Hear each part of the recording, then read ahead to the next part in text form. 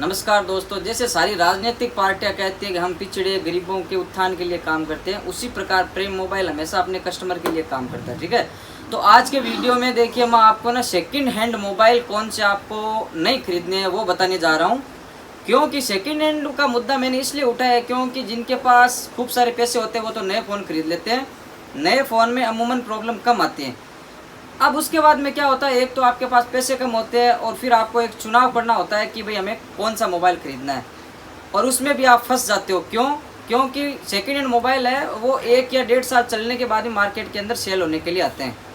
तो अब इस वीडियो को ध्यान से देखिए और मैं आपको सारी कंपनी, ओप्पो हो, वीवो, एमआई, रियलमी हो, चाहे आपका आईफोन हो, इन सारी कंपनियों के 5 से 7 मॉडल बताऊंगा जो आपको बिल्कुल नहीं खरीदने हैं, और उसका आपका रीज़न भी बताऊंगा।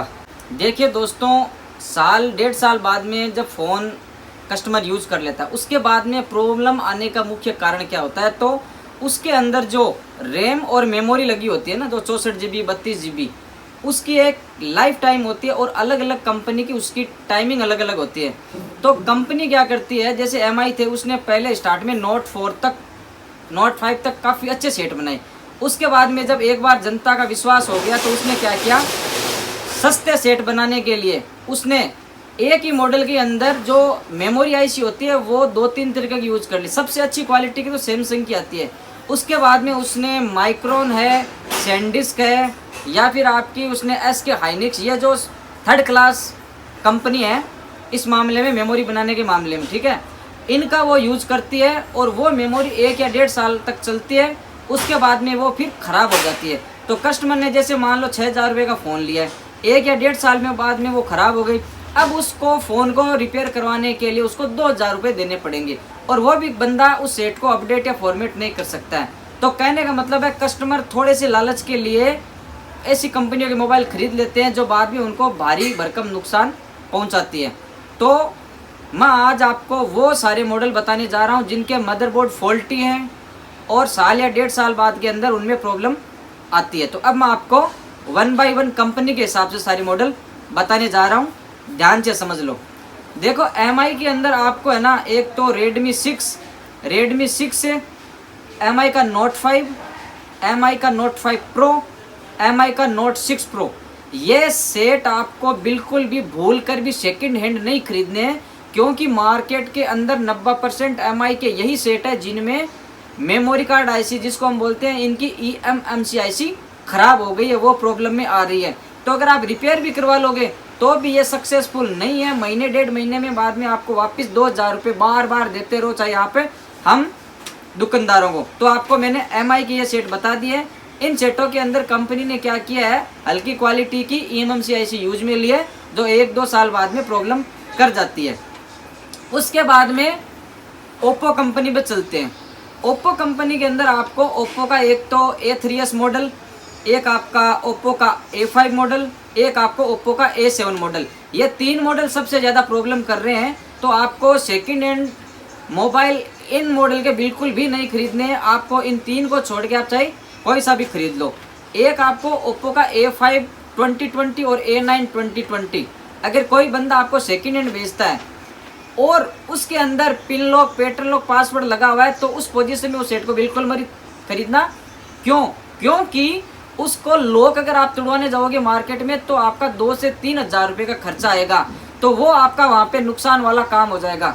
तो ओप्पो और एमआई की मैंने आपको सारी डिटेल बता दी है। अब मैं आपको वीवो पे लेके चलता हूँ। वीवो के सारे मॉडल बहुत अच्छी क्वालिटी के हैं, केवल एक ही मॉडल है, ओल्ड मॉडल है, जिसके अंदर ये प्रॉब्लम आ रही है eMMC की। वो मॉडल आपका वीवो का Y51L। तो वीवो के आप कोई भी सेकंड हैंड फ़ोन खरीद सकते हैं, लेकिन वो भी खरीदने से पहले आप ये देख लें कि उसके अंदर डिस्प्ले वगैरह ओरिजिनल है या चेंज किया। बाकी मदरबोर्ड वीवो का काफ़ी अच्छा आ रहा है।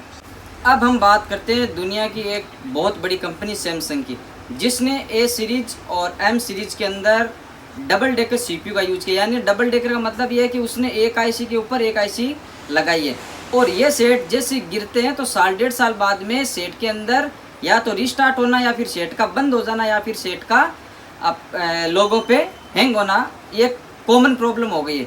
तो अगर आप सैमसंग का फ़ोन खरीदना चाहते हैं तो A सीरीज़ के अंदर Samsung A50, A50s, A31, A30s ये बिल्कुल भी आपको नहीं खरीदने, क्योंकि अगर ये सेट खरीद लोगे आप, क्योंकि ये मार्केट में 1 से 1.5 महीना तो 1 से 1.5 साल चल चुके हैं, तो आपको फिर आपके पास बचा क्या, 2-4 महीने में आपकी दिक्कत आने ही वाली है।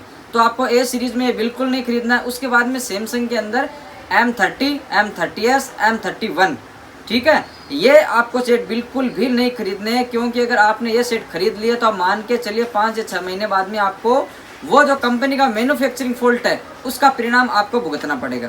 चलिए अब हम बात करते हैं आईफोन के ऊपर।